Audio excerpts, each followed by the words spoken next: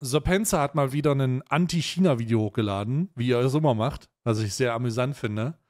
Und der hat ein Video hochgeladen, da steht Patriotic IQ Tax. Und da gehen wir mal ganz kurz rein. Patriotic IQ tax is a fairly new term in China. It is used to describe people that stupidly waste money on rubbish or lower quality goods in the name of patriotism. The newest example of this is the disastrous Huawei folding earplug.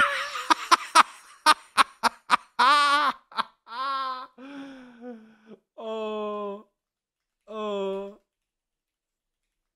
Das ist so gut. Das ist das Double Phone, das Double Fold Phone. Das ist no joke. Damit. Das ist so gut, Bro. Remember when people were taking photos with iPads? Remember the Nokia N-Gage? Side-talking anyone? Well, imagine paying a starting price of $2,800 for a combination of the...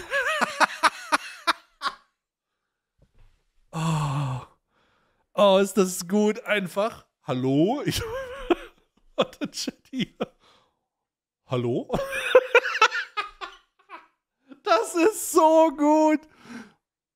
Hallo, Sie haben angerufen. Für ein Telefonat in Privatsphäre. What the fuck? Now with creases, easily broken screens, and a censored Chinese operating system built on older Android source code. Not to mention that the folding screen is the result of a well-documented theft from Samsung. Yes, people were actually arrested. But it's not just creased theft planks that constitute patriotic tax, no. This extends to a plethora of things, including...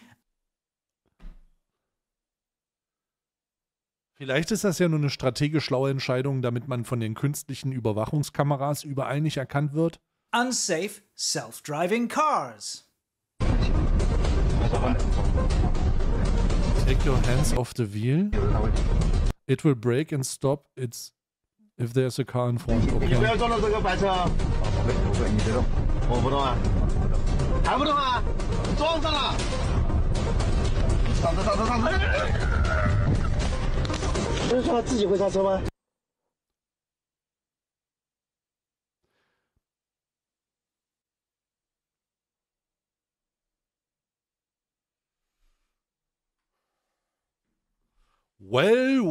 Well.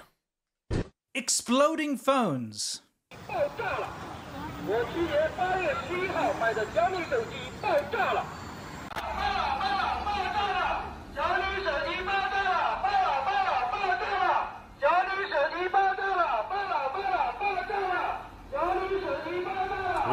Finger pinchers. Oh no, das ist so fucking lame, Bro. Oh no.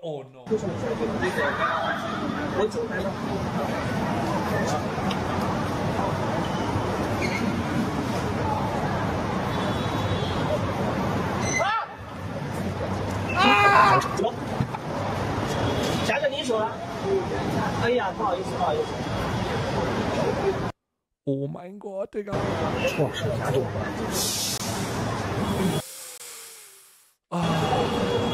And ganz schlecht oder gut von Tesla kopiert. Oh, ist das unangenehm, Digga. boring movies.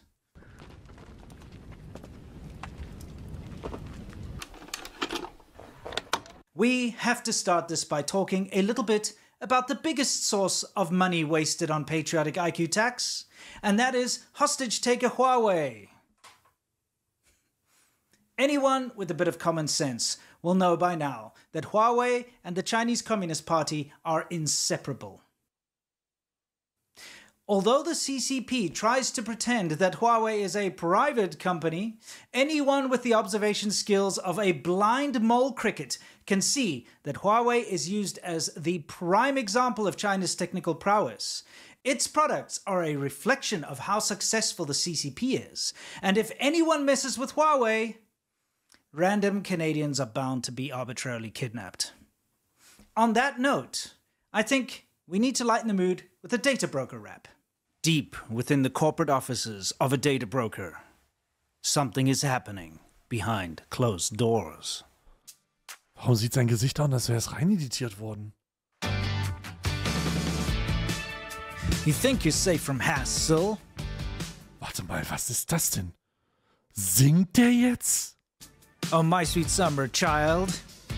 Nee, tut mir leid. Nee, kann ich nicht. Ich kann das nicht.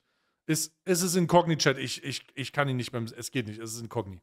Es ist Incogni. Ich kann nicht. Nee. And all the hard work for you. There are thousands of data brokers out there. And for you to go after each one and legally request for your name to be removed would be incredibly time-consuming and costly. Nee, ich werde nicht den Gesang. Nee, nee, tut mir leid. Ich werde es verlinken, dann könnt ihr euch den Sponsorgesang nochmal anhören. Ne? But Incogni does it for you. You give them permission, and then they will, on your behalf, send legal letters to all of these different data brokers to get your personal data removed.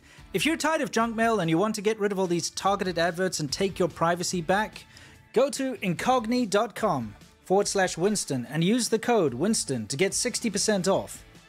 Protect your privacy today. Go to incogni.com/Winston and use the code Winston to take your personal data off the market.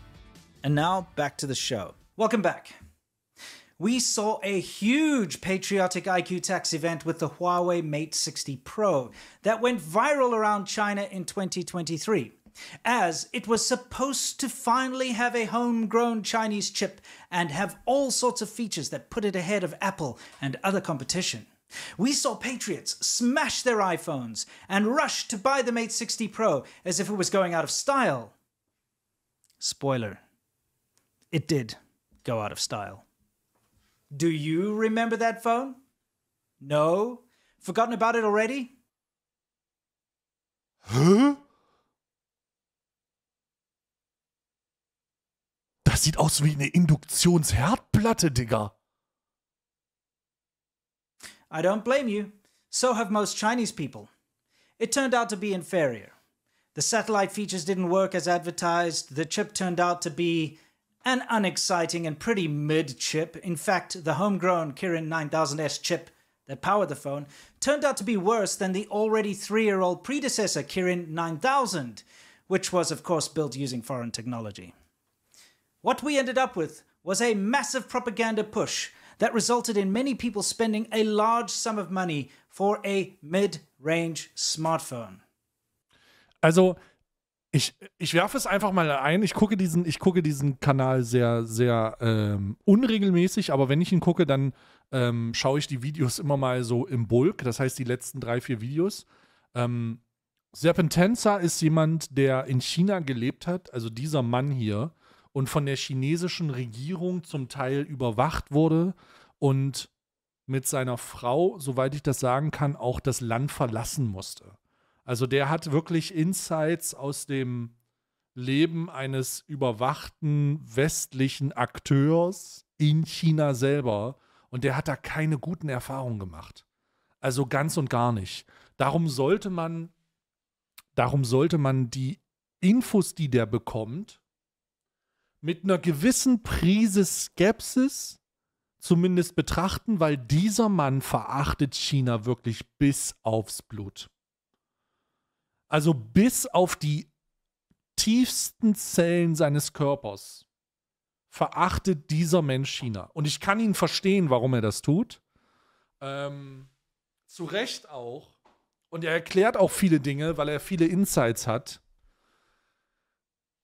Der mag China wirklich gar nicht. After the dust settled on the matter, people quietly went back to buying iPhones again. The Chinese government has created a very strange business environment in China.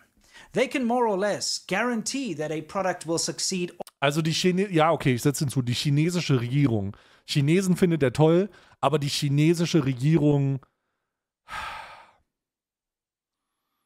da ist er, also das ist halt so eng verwoben, ne? Or fail by harnessing the power of patriotism. It sort of works like this. A foreign company invents a product or service.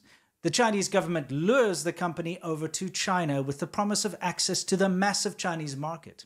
If the product turns out to be popular, say for instance, Uber or Google Maps or whatever, the Chinese government then ensures that there's a homegrown reverse-engineered copy of the product/service and then bans the original service/product, citing some or other vague threat to Chinese state security or social harmony or whatever they feel like using as an excuse that month. The populace is then told, Gibt es denn Gründe, die chinesische Regierung zu mögen? Nein.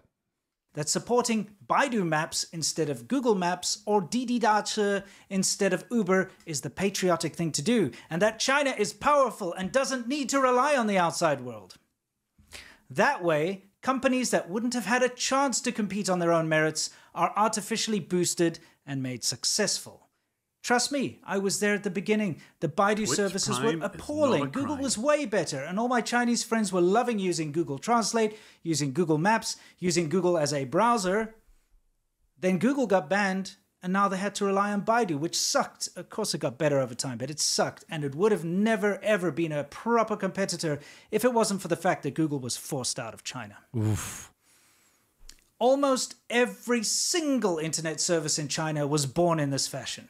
Heck, Könnte auch USA sein, was er beschreibt. Nee, eigentlich nicht. Also die USA ist scheiße, aber nicht so, nein. even WeChat can trace its roots to ICQ. Remember that? The ability to artificially create boycotts against any specific foreign product is used as an ever-present threat to any company doing business in China in any capacity. Of course, not everyone is a mindless zealot who will do whatever the government says. No, but due to the massive amount of brainwashing in the educational system in China, it's hard to escape from the desire to do exactly what you're told for the good of your Lord and Savior Xi Jinping. So it's the reasonable citizens who aren't simply led around by their noses who coined the term patriotic IQ tax, as they think it's ridiculous to randomly spend good money on bad products just so you can wave a red flag around and be proud of a consumer product. Can you imagine buying an Apple product and being all patriotic about it? Twitch Hell Prime yeah, is not a America, crime. iPods rule and show our superiority. I mean, Das sind Leute gibt es. Leute machen sowas. nah, I can't actually imagine that. Ja, aber Leute tun das. This is so silly. I actually really hope that China Twitch one day Prime is stops not a relying on crime. being so douchey when it comes to stealing IP and taking advantage of Sorry, trade loopholes, habe etc. den Titel I erst truly jetzt think gelesen. there's promise and ability Danke. in abundance in China. And if the CCP wasn't pulling all the strings, I really do believe we could see some actual, proper, fair competition.